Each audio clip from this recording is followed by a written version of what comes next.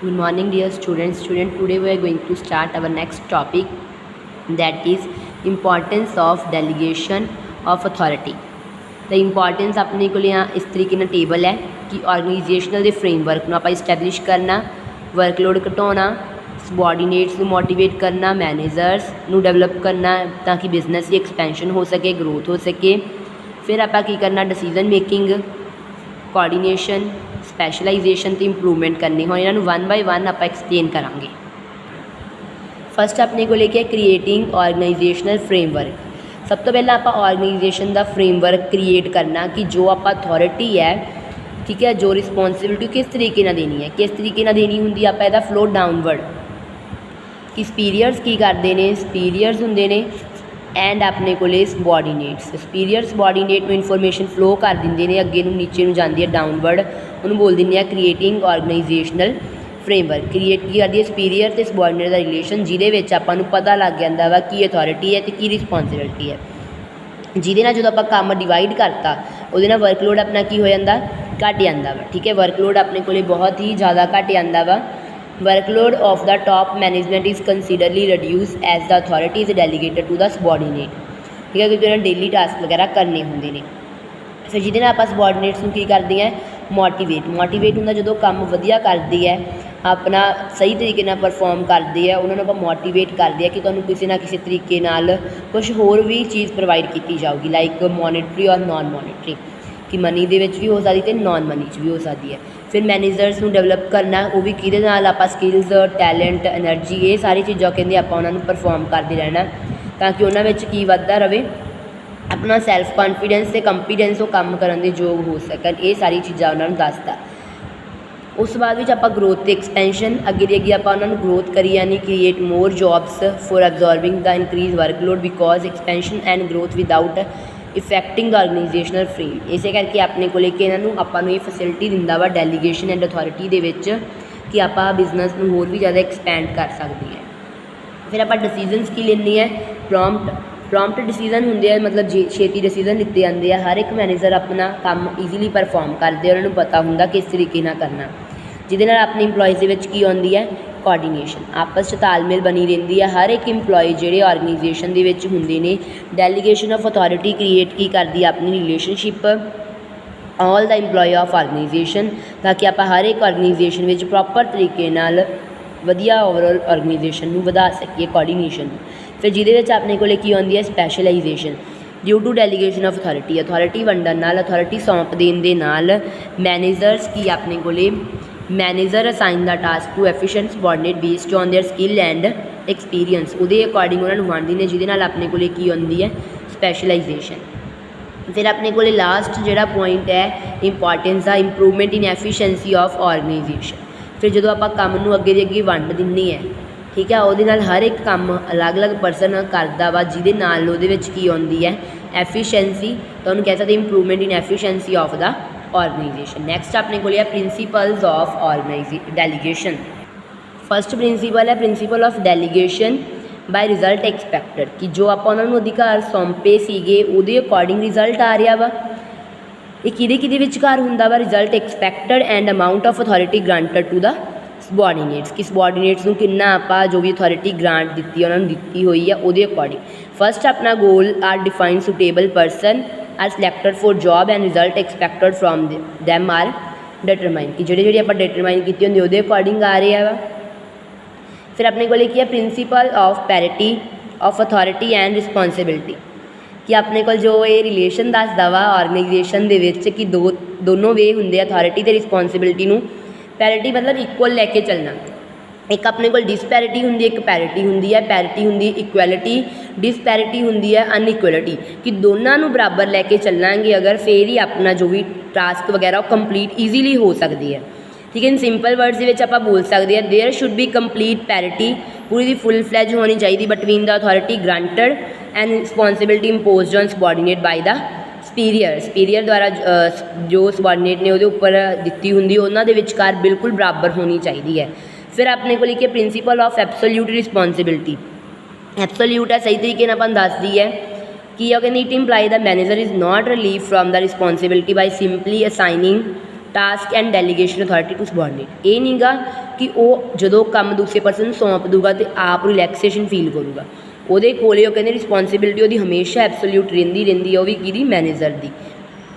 ਫਿਰ ਆਪਣੇ ਕੋਲੇ ਕੀ ਆ ਫੰਕਸ਼ਨਲ ਕਲੈਰਿਟੀ। ਫੰਕਸ਼ਨਲ ਹੁੰਦਾ ਕਿ ਆਪਾਂ ਕੀ ਕੰਮ ਕਰਨੇ ਆ, ਹਰ ਇੱਕ ਨੂੰ ਈਜ਼ੀਲੀ ਕਲੀਅਰਲੀ ਫਾਰਮ ਦੇ ਵਿੱਚ ਆਪਾਂ ਦੱਸ ਦਿੰਦੇ ਉਹਨਾਂ ਦੇ ਕਿਹੜੇ ਟਾਸਕ ਹੈ, ਕੀ ਡਿਊਟੀਜ਼ ਹੈ, ਤਾਂ ਕਿ ਆਪਾਂ ਨੂੰ ਕਲੀਅਰਲੀ ਡਿਫਾਈਨ ਕਰ ਸਕੀਏ। ਫਿਰ unity of command. Unity of command ਦੇ ਵਿੱਚ ਹੁੰਦਾ ਇੱਕ ਹੀ ਸੁਪੀਰੀਅਰ, ਮਤਲਬ ਇੱਕ ਹੀ ਬੌਸ ਹੋਣਾ ਚਾਹੀਦਾ ਵਾ, ਅਤੇ ਚਾਹੇ ਆਪਣੇ ਕੋਲੇ ਕੰਮ ਅਲੱਗ-ਅਲੱਗ ਪਲਾਨ ਅਲੱਗ-ਅਲੱਗ ਹੋਣ टास्क, बट अपने को जो काम सिर्फ अपन दूगा वो एक परसन दूगा, वो अकॉर्डिंग आप काम नूं परफॉर्म करना, उन्होंने आप बोलते हैं यूनिटी ऑफ कमांड। सिर्फ और सिर्फ वन सुपीरीयर ही होना चाहिए वा ताकि ईजीली आप काम कर सकीए, तो उन्होंने ही आप अकाउंटेबल होइए एक सुपीरीयर में, ठीक है, एक नूं ही अनसरेबल कर सकीए। फिर अपने को क्या principal of scalar chain. Scalar chain होंगी अपने को इस तरीके ना होंगी है, ठीक है, कॉन्टैक्ट अपना ए ने बी ना करना, बी ने सी ना, जे हुण सी ने ए ना करना, सी पहला बी नूं करूगा फिर ए नूं, मतलब ये टॉप टू बॉटम होंगी है, उपर तो नीचे तक होंगी है। तो इस तरीके नाल आपां बोलदे हैं स्केलर चेन। सुपीरीयर ते सबॉर्डिनेट दे विच होंदी है, ठीक है, ये अथॉरिटी अपनी की जाती है डाउनवर्ड, नीचे नूं शो करती है। फिर अपने को लेके principle of authority level. Authority कहते कि it imply that a subordinate must know the extent of his authority, कितों तक आप दी हुई उन्हें किस तरीके डिसीजनस वगैरह लैनी है, उन्होंने बोल दिया प्रिंसीपल ऑफ अथॉरिटी। फिर टू वे कम्यूनीकेशन है भी ये नहीं गा कि एक पास ही होना चाहिए वा, सुपीरीयर तो सबॉर्डिनेट दो परसन हो गए तो दोनों के प्रॉपर कम्यूनीकेशन होना चाहिए, प्रॉपर फ्री फ्लो होना चाहिए कम्यूनीकेशन का, डाउनवर्ड भी तो अपवर्ड भी। मतलब इस तरीके ना अगर ए ने बी नूं कोई कंटैक्ट दिता वा तो बी भी ए नूं ओहदा अनसरेबल करूगा, इस तरीके ना बी द्वारा ए नूं अनसरेबल करूगा, तो उन्होंने आप बोलते हैं दोनों वे कम्यूनीकेशन होगा। नैक्सट अपने को difficulty in delegation of authority. मतलब जो आप राइट्स अपने अधिकार होंगे है वो दूसरे परसन सौंपते कि प्रॉब्लम होंगे। सब तो पहला कहते सुपीरीयर के एटीट्यूड आता, फिर सबॉर्डिनेट का तो वीकनेस होंगी ऑर्गेनाइजेशन की। पहला आप सुपीरीयर की गल करांगे उन्होंने की प्रॉब्लम होंगी। डिज़ायर टू डोमीनेट, अपनी इच्छा को मेन रख दो, कहते superior have to need desire to control and regulate the activity of the subordinate at every step just to show their superiority. मतलब अपना बेस्ट दिखाना होंगे वा, therefore they may not delegate authority to subordinate to fulfill their desire. इस करके सब तो पहला इन्हों की मेन प्रॉब्लम होंगी है। फिर आप सबॉर्डिनेट तो कहते प्रॉपर फेथ नहीं कर पाते, उन्होंने कमी आती है। जरूरी नहीं हर एक परसन सेम होंगे वा, इस करके बट वो कहते किसी के उपर विश्वास नहीं करते गए। मेन प्रॉब्लम आती है कि जो उन्होंने काम दिते गए सही तरीके परफॉर्म करेंगे या नहीं। Lack of faith in subordinates. फिर यहाँ लैक ऑफ लीडरशिप क्वालिटी की जो अपने को सबॉर्डिनेट है उस आप कई बार कह देंगे हैं कि वह काम सिर्फ और सिर्फ लोअर लैवल का काम करूगा, वो लीडरशिप क्वालिटीज़ की मेन प्रॉब्लम आती है। They are implement to plan properly incompetent, मतलब प्लान नूं प्रॉपरली इनकम्पीटेंट होंदा, कंपीटेंट होंदा काबिल कैपेबल, इनकम्पीटेंट होंदा वा इनकैपेबल, मतलब वो सही तरीके नाल काम नहीं कर पाउंदा गा। इन्हां दी मेन प्रॉब्लम्स आउंदी है। फिर अपने को की है फियर टू सबॉर्डिनेट स्पिरिटी।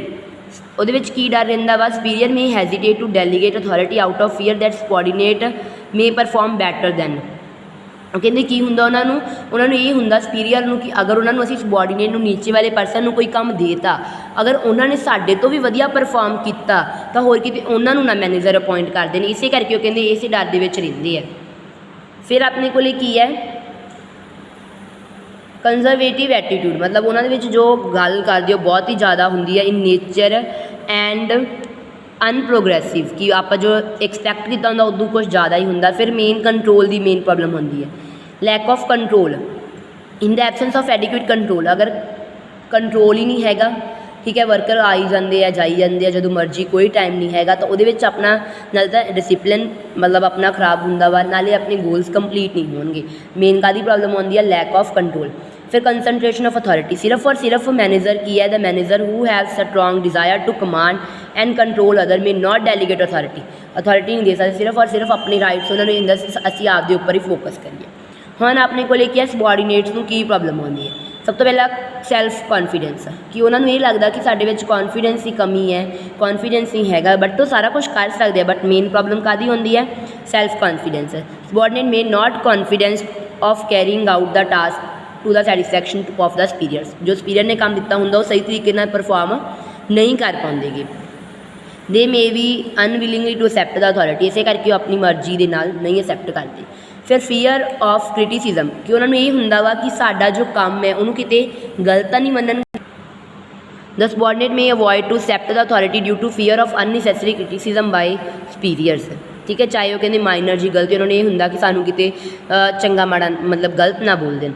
फिर लैक ऑफ रिसोर्सिस, उन्होंने कोले प्रॉपर रिसोर्सिस नहीं होंगे गे जो काम नूं दिता हुंदा वे दी प्रॉब्लम आउंदी है।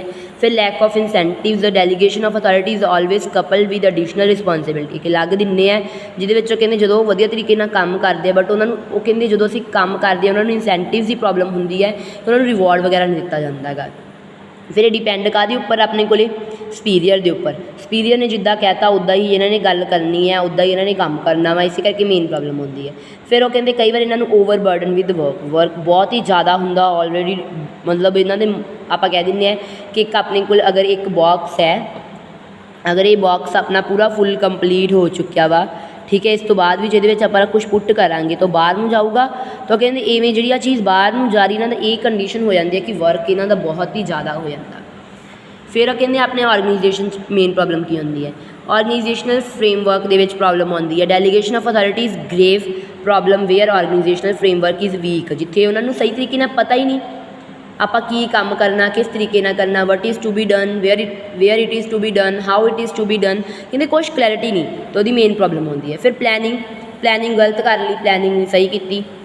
यूनिटी ऑफ कमांड, एक तो ज़्यादा बॉस है, प्रिंसीपल किया से वो एक ही बॉस होना चाहिए अपने को, बट ये एक तो ज़्यादा बॉस है। हम वर्कर्स कन्फ्यूज़ हो जाएंगे असीं किहनूं अकाउंटेबल करिए, किहदा काम करिए, इस करके कहते इहदी मेन प्रॉब्लम आती है।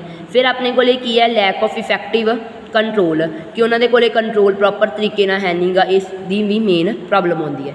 फिर इन्हां सारियां प्रॉब्लम्स नूं आपां किस तरीके नाल रिमूव कर सकते हैं, वधिया बना सकते हैं, किहड़ियां गाइडलाइनस है। सब तो पहले आपां गोल्स नूं इस्टैबलिश करना कि आपां जो काम वंडिया गया उन्होंने सही तरीके नाल आपां एक्सप्लेन करिए, प्रॉपर कंप्लीट करिए बिना किसी हैजीटेशन तो, हैजीटेशन नहीं होनी चाहिए। हर एक वर्कर नूं उन्हां दी अथॉरिटी दी रिस्पॉन्सिबिलिटी पता होनी चाहिए ताकि वर्क दे विच कोई डुप्लीकेशन के चांसिस ना होण। आपां की अवॉइड करने डुप्लीकेशन ऑफ टास्क, क्योंकि सुपीरियर नूं पता हुंदा उहदी अथॉरिटी की है, ठीक है, तो उन्हें सबॉर्डिनेट नूं की दिता वा आपां। फिर मोटिवेटिंग द सबॉर्डिनेट्स, उन्होंने मोटिवेट करते रहना कि दोनों फॉर्म्स के विच फाइनैंशियल भी एंड नॉन फाइनैंशियल भी, कि अगर वो काम वधिया करेंगे उन्होंने मनी की फॉर्म के भी कुछ ना कुछ देवांगे, अदरवाइज नॉन मॉनेटरी भी, ठीक है। ट्रेनिंग द सबॉर्डिनेट्स नूं टाइम टाइम आपां की दिंदे रहना ट्रेनिंग, ताकि वो वर्कर सही तरीके नाल काम नूं कर सकन। जिहदे विच अप्रेजल पहले उन्होंने जज किया जाऊगा जो प्री डिटरमाइन स्टैंडर्ड होंगे, फिर काउंसलिंग, फिर उन्होंने काउंट वगैरह सारा डिस्कशन करांगे की प्रॉब्लम्स वो सारियां आपां दूर कर देंगे। फिर उन्होंने लास्ट से कोचिंग कि कोई ना कोई ट्रेनिंग वगैरह देवांगे जिहदे नाल अपने कंट्रोल है वो सही तरीके नाल होगा। अगर बेस्ट कंट्रोल होगा तो अपना जो रिजल्ट भी बेस्ट ही आऊगा। फिर कम्यूनीकेशन सिस्टम भी अपना वधिया होना चाहिए, क्लीयर लाइन होनी चाहिए है सुपीरियर एंड सबॉर्डिनेट दे विच, दो वे हुंदा वा। लाइक अगर ए परसन बी ना करता पिया वा तो बी भी ए नूं बाद विच दरू आंसर करूगा, ठीक है। उस बाद चो प्रॉपर कोऑर्डिनेशन कि अगर आपस में तालमेल होगा तो ही वर्कर सही तरीके नाल काम नूं कर सकते हैं। मीनस अपने को की होनी चाहिए है टीम स्प्रिट कहने होनी चाहिए, यदी कमी नहीं होनी चाहिए कि अगर ये प्रॉब्लम आऊगी तो फिर आप कुछ भी नहीं कर सकते कि प्रॉपर अपने को होना चाहिए। फिर strictly following the principal of delegation, जो आपको सुपीरियर ने जो अपने को टॉप मैनेजमेंट है मतलब सुपीरियर है, जो सुपीरियर ने लोअर लैवल में दसता की काम करना वा वो अकॉर्डिंग ही परफॉर्म करना, उन्होंने स्ट्रिक्टली फॉलो करना पैना वा कि जो कहता वो अकॉर्डिंग ही है। बहुत इंपॉर्टेंट चैप्टर है ये, ठीक है।